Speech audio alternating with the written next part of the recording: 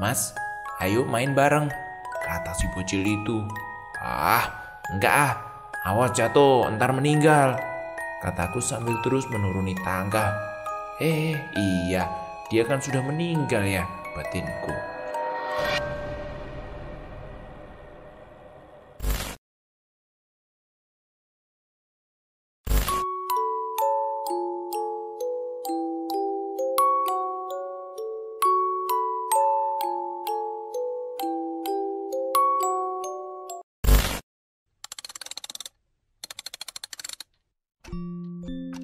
Misteri Kematian Susi. Tulisan ini ditulis oleh Hupe. Terima kasih. Saya sudah diizinkan Mas Hupe buat bacakan cerita horornya. Hari pertama. Hey semuanya, ketemu lagi dengan penulis yang biasa-biasa saja. Kali ini aku akan bercerita tentang pengalaman saat liburan kenaikan kelas, tepatnya di waktu aku masih di SMK. Oke, kejadian ini berawal dari aku dan para sahabatku, Teddy, Sinyo, yang selesai menunaikan ujian semester dan tentunya mendapatkan jatah libur yang lumayan panjang. Walau sekolah kami berbeda, Teddy dan Sinyo bersekolah di sebuah SMA elit dengan banyak gadis-gadis cantik di dalamnya. Nah, sedangkan aku bersekolah di sebuah SMK yang terkenal bandel, rusuh, beringas, dan isinya batang semua. Saat itu, Teddy menemuiku di rumah untuk meminta agar ditemani di rumahnya. Karena ibu dan bapaknya harus keluar kota mengurusi beberapa toko emas yang ada masalah. 2 minggu ke depan nginep di rumahku ya. Ibu bapak lagi keluar kota ini. Ada Sinyo dan yang lain loh. Nanti aku ajak nginep juga. Aku takut kalau sendiri, kata Teddy. Beres. Ntar aku izin dulu sama ibuku ya, jawabku. Aku pun meminta izin kepada ibuku dan tentu saja langsung diizinkan. Ibuku ini senang kalau aku bergaul dengan Teddy dan Sinyo. Selain karena kita sahabatan dari kecil, orang tua kami juga bersahabat, malah sudah seperti saudara sendiri.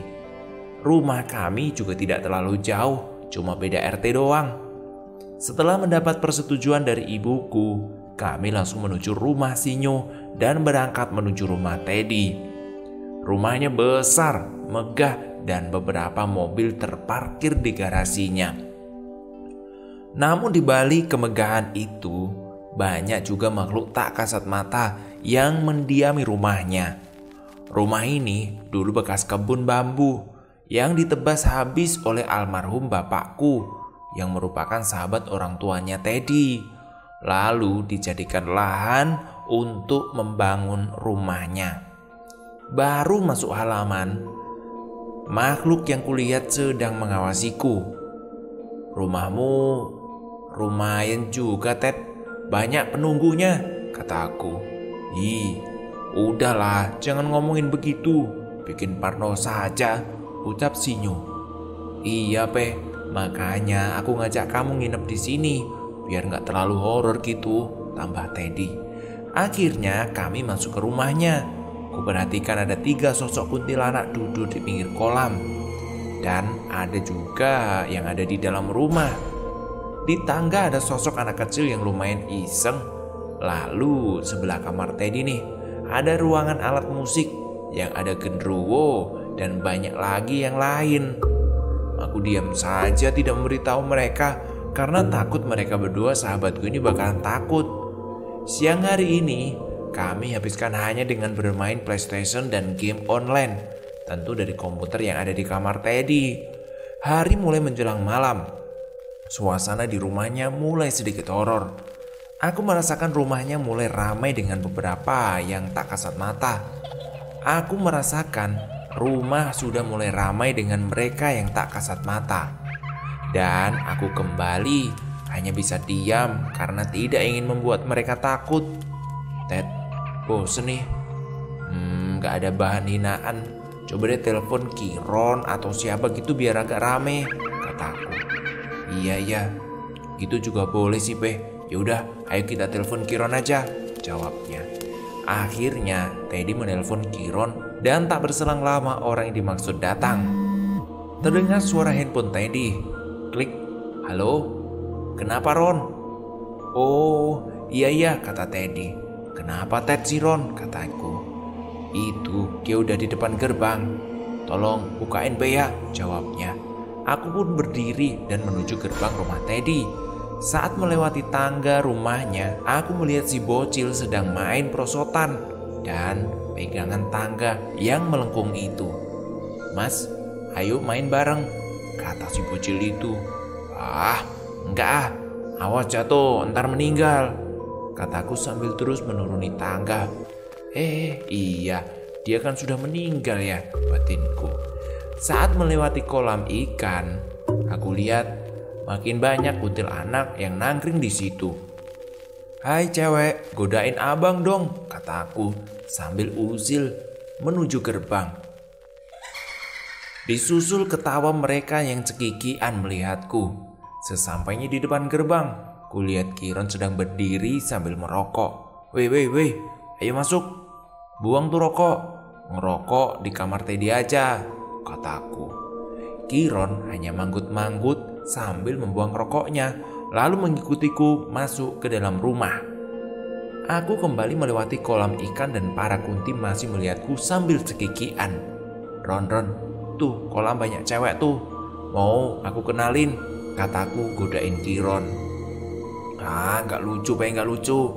Gak ada siapa-siapa. Pasti demit ini maksudmu kan, jawabnya. Aku hanya tertawa saja saat itu. Ron, tunggu sini bentar ya, kataku.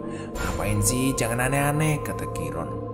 Aku membaca mantra dan mengelus tangan Kiron 3 kali agar sedikit sensitif bagian yang kuelus itu. Lalu aku menarik tangan salah satu kunti itu, lalu menempelkannya pada tangan Kiron. Hihihi, apa ini? Kok dingin? Tangan siapa ini yang memegangiku? Kata Kiron ketakutan. Ayo, itu dipegangin sama cewek sini, Ron, kata aku menakutinya. Tolong pulang loh aku ntar. Kiron ketakutan sambil memejamkan mata. Aku tertawa lalu melepaskan pegangan kuntilanak itu dan mengembalikan Kiron seperti semula. Muka Kiron saat itu langsung berubah karena kesal denganku. Baru beberapa langkah, mungkin 10 anak tangga lah lebih tepatnya. Pak! Terdengar suara orang terjatuh.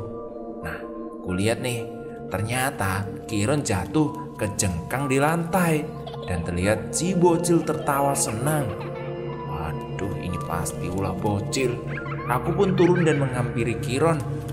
Kenapa, Ron? Udah, ayo berdiri. Gak tahu, Pe. Tadi kayak ada yang mendorongku, jawab Kiron. Biasa, Ron. Malam perkenalan. Kamu kan baru main ke rumah Teddy sekarang kan? Jelasku. Ku tatap bocil itu dengan tatapan marah dan bocil itu menunduk lalu melayang ke atas ke lantai 2. Aku dan Kiron menaiki tangga lalu menuju ke kamar Teddy. Sesampai di kamar Kiron, aku langsung mengadu pada 2 sahabatku, yang tentu malah membuat mereka tertawa mendengar cerita Kiron. Akhirnya di dalam kamar kami saling bercanda dan merokok sambil minum soft drink yang ada di kulkas kamar Teddy. Tak terasa, jam sudah menunjukkan sudah jam 10:30 dan rasa kantuk pun melanda kami. Kami pun mulai tertidur lelap saat itu. Namun tiba-tiba aku merasa ada yang mencolek tanganku. Ku buka mata dan apaan ini? Kataku. Pepe, anterin aku ke toilet, Pe. Aku takut di kamar Teddy toiletnya gak bisa buat buang air besar, kata Kiron. Iya. Yaudah bentar tunggu, kataku. Ku buka mata dan meregangkan ototku. Ku ambil sebungkus rokok milikku, lalu kami menuju ke bawah di toilet tamu. Sesampainya di sana, Kiron langsung masuk toilet dan menutupnya. Sedangkan aku menyalakan sebatang rokok sambil melihat mereka yang ada di alam sebelah sana, yang tentu sangat banyak, apalagi di taman belakang ini. Tidak sedikit pula mereka yang menyeramkan. Sudahlah. Toh mereka juga penghuni kampung sini, batinku. Saat aku sedang menikmati sebatang rokok, terdengar suara dari dalam toilet. Katanya. Ada apa? Begitu juga sampai 5 kali. Jangan kemana-mana ya, di situ aja, kata Kiron. Iya, dasar penakut. Karena lama dan aku kembali mengantuk, kuputuskan untuk memejamkan mata sambil bersandar pada tembok. Tak berselang lama terdengar suara gaduh dari dalam toilet. Prak, tang. Tolong, tolong. Suara dalam toilet itu benar-benar saya dengarkan. Aku yang kaget langsung berlari ke toilet. Woi, kenapa Ron? Kenapa? Tidak ada jawaban dari sana. Ku coba membuka toilet itu dengan paksa. Ternyata tidak dikunci. Astaga, betapa kagetnya aku melihat Kiron duduk di lantai dengan kotoran berceceran di mana-mana. Ih, jorok. Ngapain si Ron kayak gini? Kataku. Tadi ada pocong, mukanya seram banget, muncul tepat di depanku ini. Bangsat, gak kuat aku melihat pemandangan jorok kayak gini, Ron. Udah, pocongnya udah hilang kan? Sekarang tuh bersihin semuanya. Padahal pocong itu masih berdiri di belakang Kiron sambil menyeringai. Kiron hanya mengangguk lalu beranjak membersihkan diri. Aku pun mengambil handuk yang berada tidak jauh dari toilet itu. Setelah Kiron selesai mandi dan melilitkan handuk di tubuhnya, Kiron sempat-sempatnya memaki pocong itu. Dasar pocong, kurang ajar, gak ada akhlak, berani-beraninya nongol pas aku gak siap. Itu kata kasar yang muncul. Klontang, gluk. Suara gayung yang di kamar mandi terlempar sampai keluar. Mampus lu Ron, mampus. Orangnya marah tuh, kataku. Ampun mbah, ampun. Cuma bercanda tadi mbah, ampun, teriak Kiron saat itu. Sesampainya di kamar, aku meminjamkan Kiron baju milik Teddy dan kembali tidur karena rasa kantuk yang amat sangat berat itu. Pengen tahu cerita lucu seramnya? Besok ya kita lanjutkan. Sepertinya memang Mas Hupe ini gak bakalan kehabisan cerita horor nih. Terima kasih yang udah dengerin. Besok kita lanjutin ceritanya. Terima kasih, sampai jumpa.